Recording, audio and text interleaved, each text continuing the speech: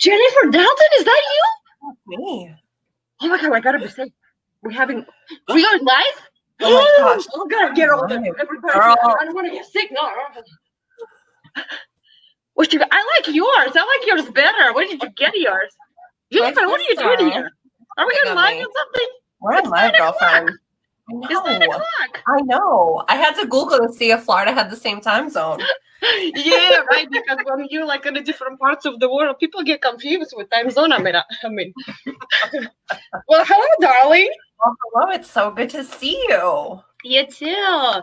I like what you're doing right now. This is so cute thing. Having people on and chatting and like, what is it? Dun, dun, dun, dun, Janie from the block. I'm still Jenny from the top and block. Used to have a little, now I have a little more. I'm just kidding. I love it. Let's chop it all. Let's chop this up, girlfriend. So I put in the caption here, my guest star today, Maria, is a relationship coach for divorced men. Can you tell us a little bit more about how that all evolved into now?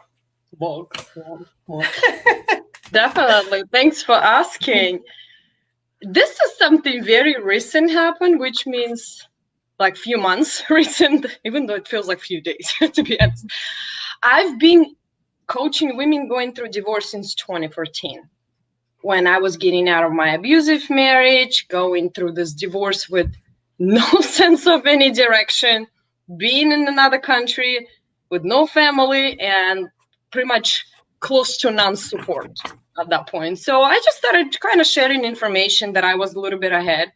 And that went on for years, which helped me to get over my own pain of divorce, focus on the fulfillment of being helpful to people. But I never did it as a career. This was always a hobby. This was always something just enlightened me so much. And I was going through the spiritual journey, obviously, and giving with receiving, right? And I was already feeling that something there has to happen. So I went to spiritual retreat in 2017 to France. Je parle français. Je parle français. Je m'appelle Jennifer. Je m'appelle Marie. Comment t'appelles-tu? What was that? I don't even know what language that was, but I'm trying. Yeah, I was much more proficient when I was in France than I'm here. So yeah, basically after that retreat, it was a spiritual retreat. I'm not going into details. It was 3 days straight from morning to evening retreat. I'm up in a villa in Cannes, like literally not going out. And a week later, after I come back, I'm losing my high-paying job in Manhattan. Just like that. Friday noon, we are terminating you. I was like, wait, what? Like, wait, what? Like, I'm not following. Like, I created a project in a company. Like, and so I really kind of knew what is coming there. And I understood that I asked universe for something. And because... I can say, can we say F words here? No? Fucking hell yes. Okay. Sorry if I offend anybody. Because I do have fucking high level of a pain tolerance, which is not fucking good. I noticed that pattern that I could stay long somewhere to just really take shit.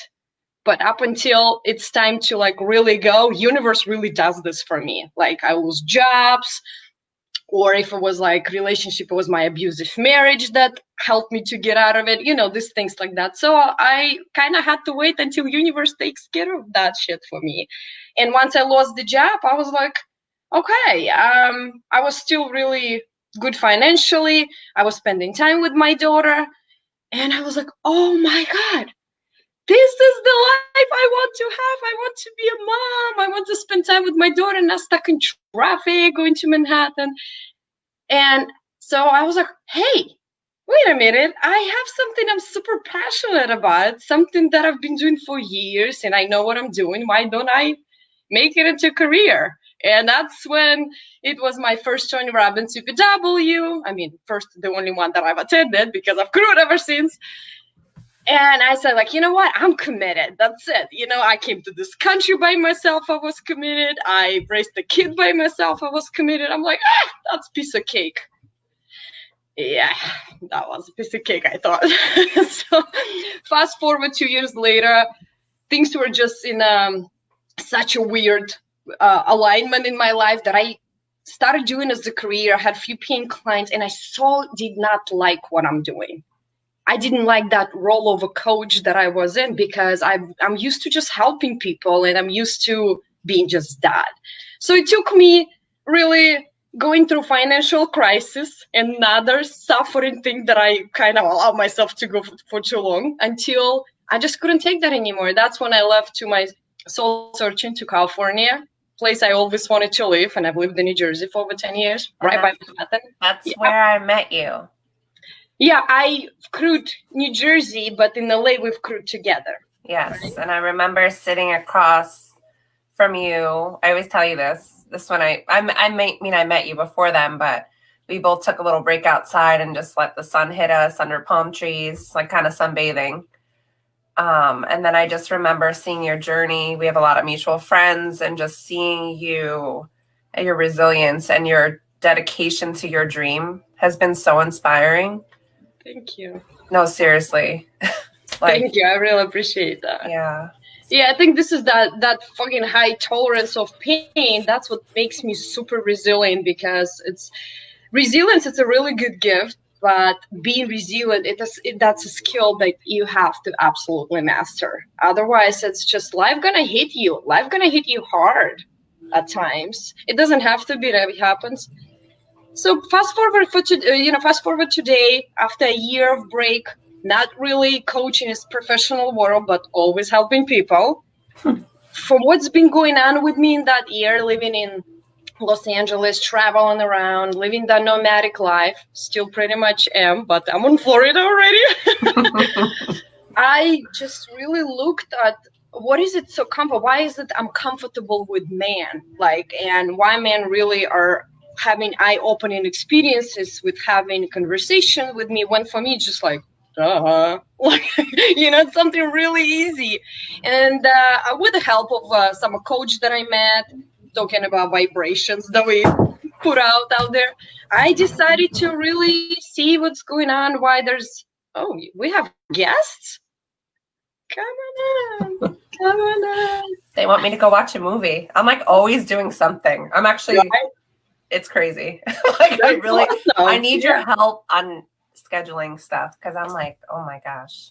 I will be starting to get busier, and then I'm like double booking, and I'm just like, how do I organize better? Yeah, that's really helpful. That's what I help my clients with, and just people in general, especially on this timing, is like create a structure for the day that you could just sort of outline, just to see, what direction you move into, whether it's work or your shows like that, because I also have some mind shows. And if you're a little bit off, just slightly, that's okay. Just give some flexibility. So basically, that's how I come here, from coaching women for several years, going through the process of divorce.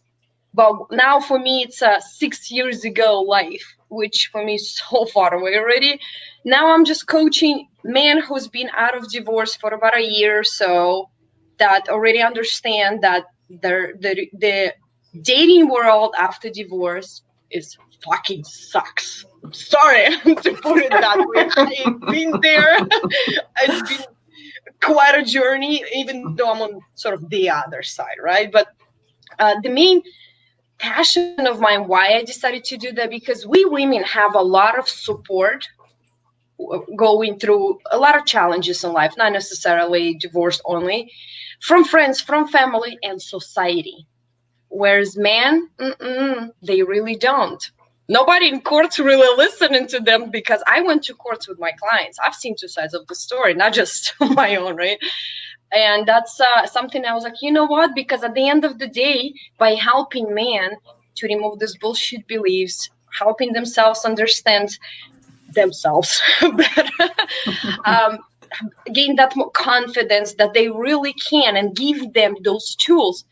I still help women at the end of the day, and we create a better world. I love that. And it's the woman's perspective, and that's that nurturing, helpful. Oh, thank you, Jose. If you need help with scheduling planning, I can help if needed. I think I do. Right? So what does the process look like when you get a client for coaching? Do you like start where they're at, or how does that work? Well, we jump from a conversation, of course, because everybody's a different place right now, and there's different stages of divorce going through, right after it, and when you already have a year or so, or if you have a 5 or more years, this is absolutely different stages of life, and and understanding what do you want from life. So it really always depends where they at right now. But it's like normal. I just have people messaging me, message me and really ask for advice first, and we take it from there. And then I have a 6 months program. I have a couple of people that have gone through this program. Some people were not even aware of it. Yeah, that is the beauty of ME's coaching me. So it's a 6 months program where we take pretty much from being super frustrated with this dating world. I mean, what is wrong with me? Why it didn't work out? What do I need to do? To absolutely being fascinated by how women operate when you have those amazing tools up your sleeve. I'm not even divorced or like a man, but I want to know more. So I hope there's someone out there. Like I would always say, like, I don't believe me, you don't want to be divorced unless you do. It's just that's the case. Sometimes it's really needed to happen.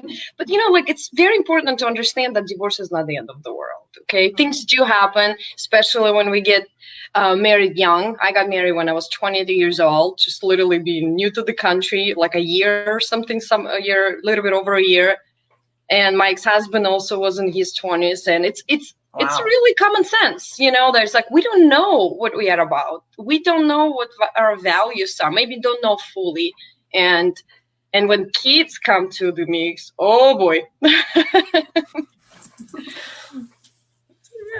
So we have a lot of love here today. Yay, thank you, everyone. Thank you. This is my first time on this kind of show, so I'm really happy to see that we have happy to have you. You're a beautiful person. That's why. It's my pleasure. And I didn't know till today that where you were born and that you moved here when you were 21 from Siberia. Can you tell us a little bit about how, why, when, like, how did that all come into fruition? If you wanted to say in the short sentence, I would say law of attraction. Oh, really speaking my language today. That's right. We speak the same lingo here. But I always being a kid wanted to live in U.S. Watching those movies, I remember my first 2 movies that I watched with translation, obviously, was Home Alone. And such a good one. Yeah, yeah, that one. And what is it? I don't even know in English how to say it right. It was something homebound. Is about a trip of pets that escaped their home because their owners went on vacation. Oh, I love that movie so much. And you get to like hear what the dogs are thinking. They're like 2 dogs and 1 cat, Sassy. Yes. Oh my God, I love you. That was bringing back some memories right now. Exactly. I watched that movie actually 2 years ago on my birthday in English, and I was literally having goosebumps and crying. I was like, this was that movie I was watching, and it was in San Francisco. No wonder why I left California. Mm-hmm. So it's just and then Home Alone, like New York part, like I've lived in New York for over 10 years. So I used to spend a lot of time Central Park South there, the St. Moritz Hotel, which is like 2 hotels over my dad worked at, so we got to spend some weekends there. Such a nice area. Right, you're from New York, right? Sucks that we didn't know each other when I lived there. I know. But we can always visit each other, right? Mm-hmm. When that thing's like, kind of my go away. My flight's booked for Chicago, even though That probably won't happen, the UPW, but I'm still going. I was gonna book it too, but I didn't yet. So should I? I would. All right. I love Chicago. That's my second home. Chi-town. Home alone again. Actually, that's a cool thing. So being a kid, I always wanted to live in the US, and I was absolutely determined about when people looked at me, it was just like, because I am from small oil and gas town in Northern Siberia, where people drive oil and gas. People do not go visit the US, let alone move in there. But the interesting thing that our friends, family friends, that at that time I was way too little to know much about it. Their daughter moved to Texas, I don't know, eventually like 10, 12 years later. And I always heard about her. But then it's just like, I knew I'm going to live in the US. I knew everything is going to happen. And like I was a professional dancer all my life. Yes, I've danced Chicago musical in Russia. Yes. And my mom did not allow me to go to college to be a choreographer, which was a blessing in disguise because the college that I went to in my town, I was able to transfer to main campus, and from where I got opportunity to come to the US. So thank you, Mother. Yeah, well, I'm still dancing. I don't need to be a professional choreographer for that, but yeah. So back to that girl, right? So I've been living here for almost 12 years now, been through thick and thin, having jazz all over the place. And I went to Texas to meet one of UPW folks, Byron. I don't know if you know him. Mm-hmm. We had a good time together. And then all of a sudden, our mutual friend just said, hey, there's somebody coming over, for dinner or whatever. I was like, sure, cool. And then when I hear out of nowhere her mother's name, I'm even right now having goosebumps. That was that girl who immigrated to Texas, like whatever amount of years ago when I heard growing up. But I never really knew her because she's my sister's age, which is 9 years old. That we weren't really, we're not having anything in common in order for us to know each other. And I'm like, out of all places, that is so cool. Meet, they are in Texas. At that table in vegan restaurants, just to add more to it. Wow.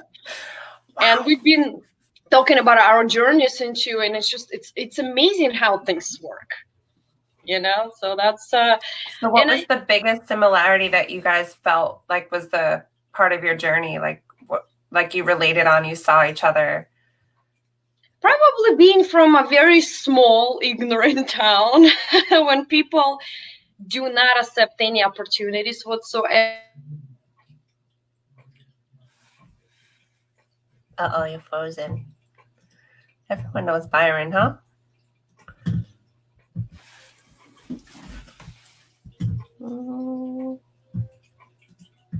Hopefully she comes back soon. Fine. Yeah, we're back. We're back. Yeah. Just checking if we're still moving. Are we? We're still moving? We're here. Okay, that's great. Yeah, so basically being from a small town and being surrounded by people who do not believe in big dreams. And we were, I guess, big dreamers at that time. So that was a very big thing that we bonded over. And we're still in touch 2 years later. She has a daughter. She's also been divorced and raised her daughter on her own. And we bonded over that as well. She added my mom as a friend on Facebook. Now they're all in touch. It's just really amazing how life works. So it's a short story of how this all happened. A little more, like what inspired you to move? Like how did that happen? To move to the US? Mm-hmm. On airplane? Like what inspired you most? Like what was the reason like you wanted to get here, aside from just getting away from the small town, wanting more? Like, I literally was growing up with that idea. I'm going to live in the US. And that was always out there in the universe.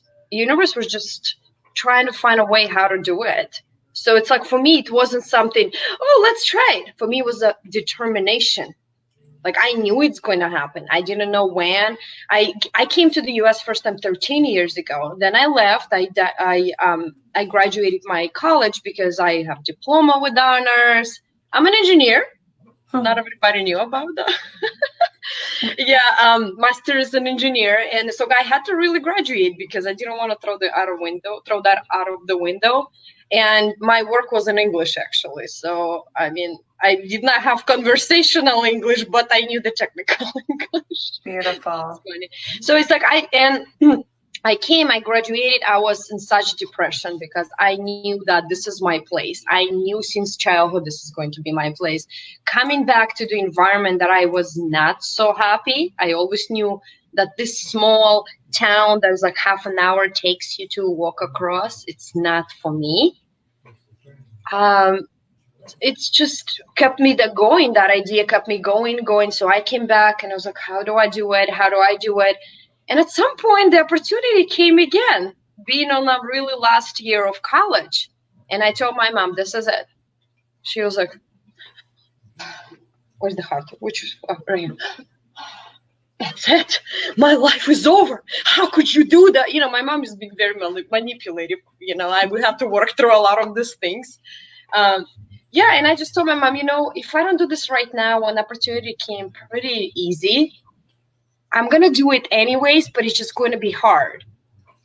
And I got my visa like that, like no issue. So that was a very a good sign that it's meant to be. And that's it.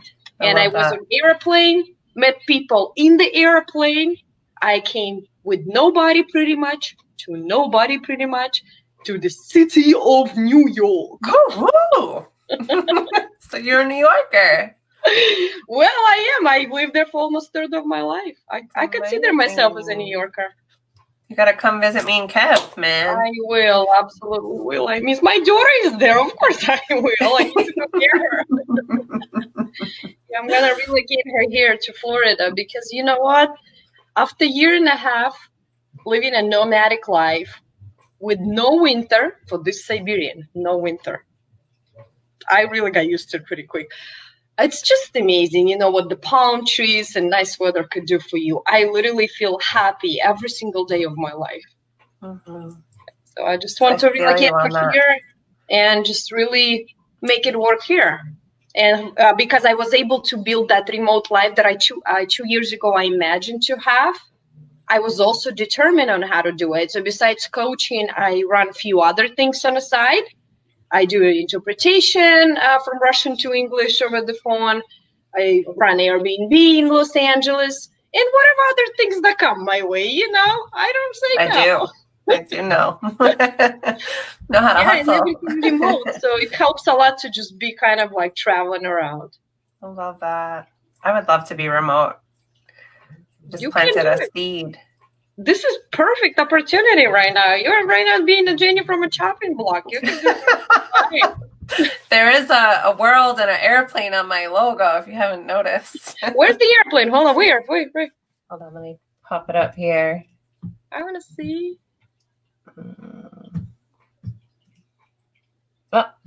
Wait, I see the knife. My dad always says, he says, yeah, if you're not nice, she's going to cut you. I'm like, you're yeah, she has like that big ass knife in her hand. I really love this logo. Like, I really do. Hold on, let me find it. Can you see? Oh, there it is. See, I got the world, the airplane. Oh, yeah. I'm out. This is so beautiful. Let's hop on an airplane. Let's go. I'm out. Yeah, that's right. That's awesome. So I'm really happy what you're doing right now. So that's another opportunity to go remote. Just do everything online. What was your favorite part of that? Like, of what? Being remote. Being very flexible and able to travel. That's just what it is when I really decide of when I work and when I don't. And I do it from home. So basically Corona hit, it didn't affect me in any negative way. I actually implemented new mini bite-size coaching just for those that needed to have any support, whether it's venting, about what's going on in life, whether it's trying to understand what people want in life, and even females. A lot of females started messaging me as well, just really trying to understand, what they can do because they have so much time on their hands right now. So that's something new that happened, but it didn't affect me in a negative way because it was already built prior to that. So it's a lot of positive moments out of remote life. And I have a laptop lifestyle, pretty much. Phone and laptop, that's all I need. Love that. And Oscar is asking favorite place to travel to. I think I know your answer, but I want to hear it. I mean, California will be always the place that is, where my heart is at. If we talk about US, I've lived in quite a few states at this point. But if we talk the world, it's France. France is so just romantic. My favorite place. By the way, going to France was another dream of mine, like lifelong dream. I think I know quite a few things about, achieving dreams and making shit done. I love it. Yeah, how about you? What's your favorite place to travel? My favorite place so far was Thailand. Oh. And I guess outside the US. And then my favorite place in the US that I've traveled. Every place is so uniquely different and fun, but I really enjoyed Seattle. I didn't realize how much I would love it there, but I really enjoyed it there. That's cool. I've never been to Seattle. It's time to visit. Yeah, I liked it there a lot. Yeah, we hop on airplane. With our mask you are so funny. Yeah, we're like, yeah. Oh, I can reverse this to pink. Oh my God, look at that. Mine is so boring, because I work from home. I don't need to wear a mask every day. My God, yeah, you win. Okay, you win. Yeah, these masks hurt, man. Every day I'm taking one of the sides off. I'm like, can't they make them a little more comfortable? Here they have this a thing that you can bend, depending how it hurts. It hurts my ears. Oh, it does hurt your ears. Okay. Yeah, I guess I missed that train when everybody's, started to have those fashion masks, and I'm having the surgical one, That's what I wear all the time. This one I just have at home. I haven't actually worn it out yet. You wear it at home too? I was just gonna. I can't say it on air. There's so many things I want to say to you. I can't right now. Anyway, so if you could have a superpower, what would it be? Probably flying. Me too. We can fly together. See, we talk about flying in airplanes. No wonder we want to have a flying superpower. Yeah, because I already have a healing superpower. I do Reiki, and just generally, I always had that, even before I was initiated. So it's I have a healing power. I can be invisible if I want, even if it bothers someone. You are a character, and you have character. I love it. Yeah, that's awesome. We should implement our superpowers and just hop on a plane and fly. I love it. And then I want to ask you your favorite recipe or food that you could share with us. I love that.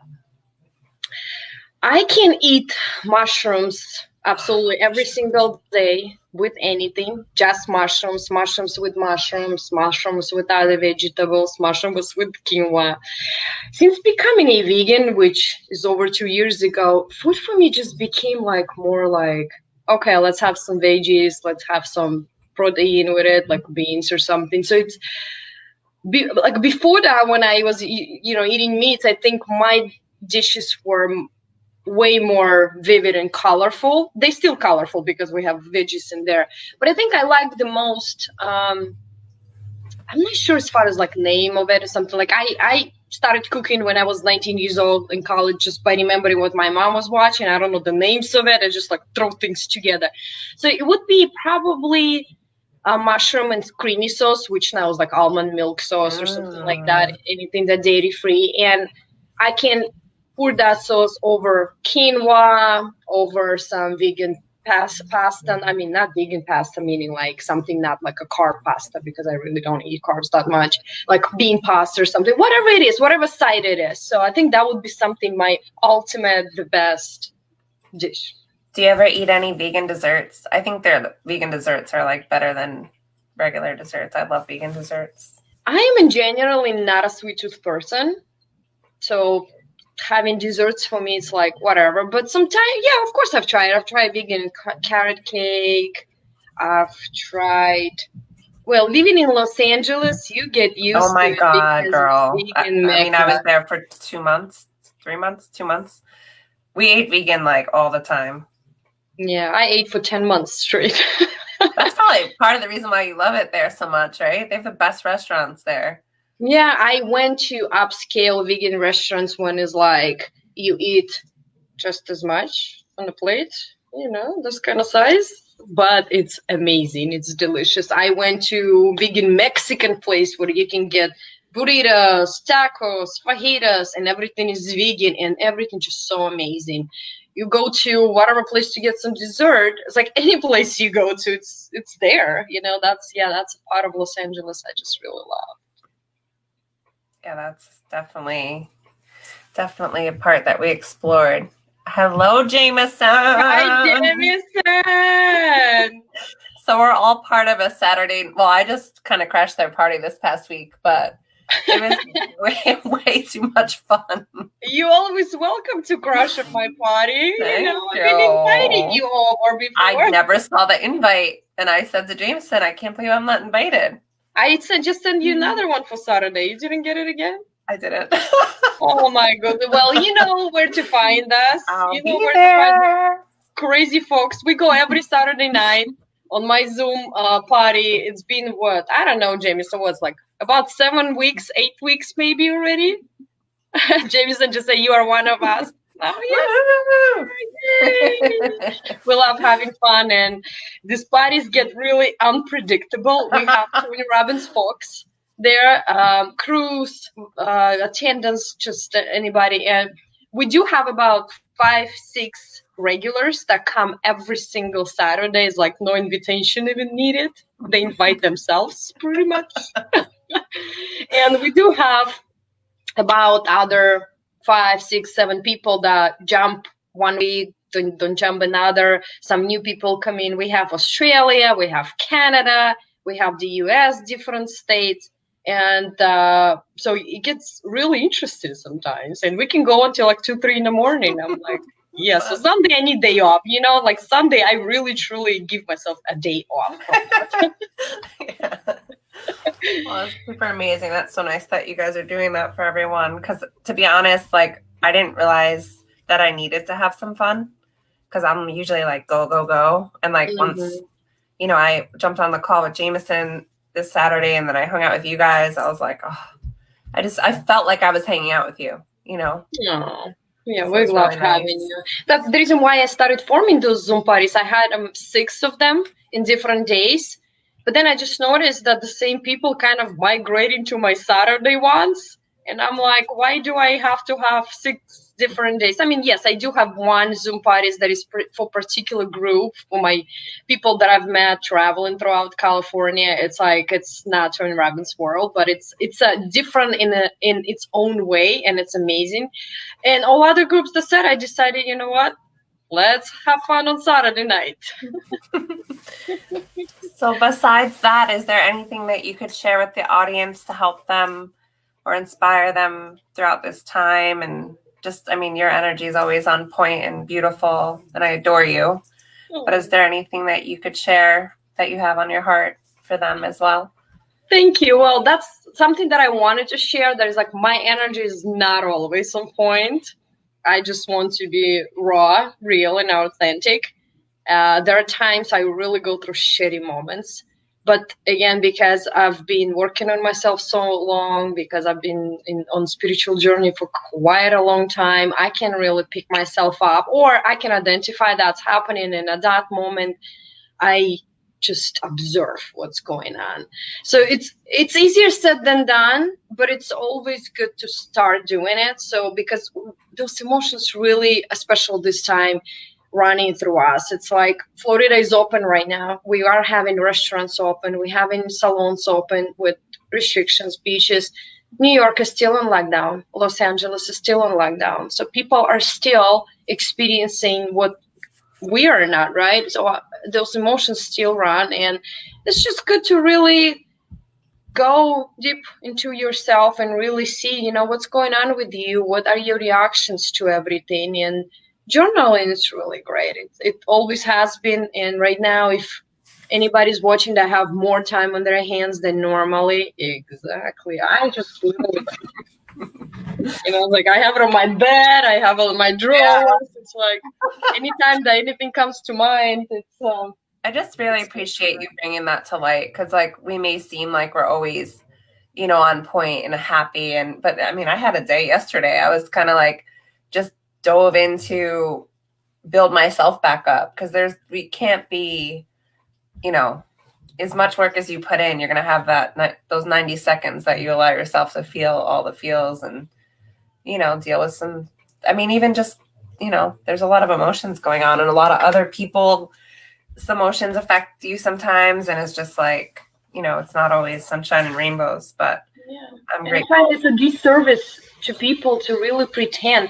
I am literally normally like about 99% of the time, like the happiest, very aligned, enlightened person, because I really work hard to get here. But there are moments, and it happens. I don't want to go Facebook Live. I don't want to talk to anybody. Those moments do happen. And if I happen to speak with somebody that time, when I hear somebody say, "Oh, it's not that big of a deal," I was like, you know what? Fuck that shit. It is a big deal for me right now. I'll get over it in like 90 seconds or so. But right now, I need to live through this, and we'll talk in a minute or so. That's it. Absolutely. Just because we are human beings, and that's what. So people who are not so heavily in self-development and spirituality, like really actually being very human, something that we don't allow ourselves that much to be anymore, and some of these people don't even understand, like, how come, okay, I went through some emotions, what's the problem, where we really suppress them sometimes just to be that life of the party, but when you being genuine, just like a lot of folks that I know, you can sense it. You can sense when you are not being genuine and you pretend to be happy when you're really not. Absolutely. And just, taking a time out. Like I love timeouts. Do you sit in a corner too? Do you sit in a corner too when you have a timeout? I retreat. I'm a retreater. Yeah. I need my alone time to recharge and load back up, because. Yeah. Another thing what I realized about really personally myself during the quarantine, and I'm sure a lot of people can relate, because we talk about gratitude a lot. It isn't giving that we're receiving. It is being grateful for what we have. But because of this peer pressure, right, when you see it everywhere, those new Facebook ads popped about new services or people migrated online, you see this, okay, if you're not taking advantage of this, you particular, if you are not taking, you wasting your time. I love you. We all get peer pressured by that. And I'm guilty of that too. So sometimes I'm like, wait a minute. I'm actually really grateful for what I have right now. The work I have, the money I'm making, the time I have on my hands for everything else. Like, wow. Like I need to really, preach what I teach. Really? So we get that pressure. So it's important to just like, okay, breathe out and say, okay, I am where I need to be right now. Absolutely. That's all. It just made me think too, like I'm used to going and working a lot, and I actually just got asked back to one of my jobs, and I'm like, all right, so if I'm working 5 days a week full time, I'm doing this, I'm actually really enjoying all the work I've been putting into what I want to do, and then if I pick up this job, I'm thinking like it's really hard for me to say no, but I just don't think that's going to serve me right now, which is a huge grow. Because I'm like, I'm used to just going for it, making it work. But it's like, is at what expense? Like, I think it would cost me more than I would gain from it. Oh my God, that is beautiful insight that you have. So imagine if you didn't have this time right now, this realization moments, you would just like keep going one after the other, after the other, after the other, without having the moment to think about it and just like, yeah, I'm used to it, right? So now you actually do have a moment and you can make these decisions. Thank God. That's awesome. Congratulations. Thank you. All right, my lady. Well, I just want to thank you again for coming on, and I can't wait to see you Saturday. Thank you for having me. I really appreciate that. And I really appreciate everybody who jump on to say hi and everybody who will be watching us in replay, right? Yes. Oh, hi, Greg. Let us know when you come on. There's so many beautiful people here right now. Oh, I love it. I love the support. I love every single and each one of you. I don't even know what to say. It's 9:30 at this point. Good night, everybody. Maria, send me that DP. Oh, I can send you all my album if you want. Love you guys.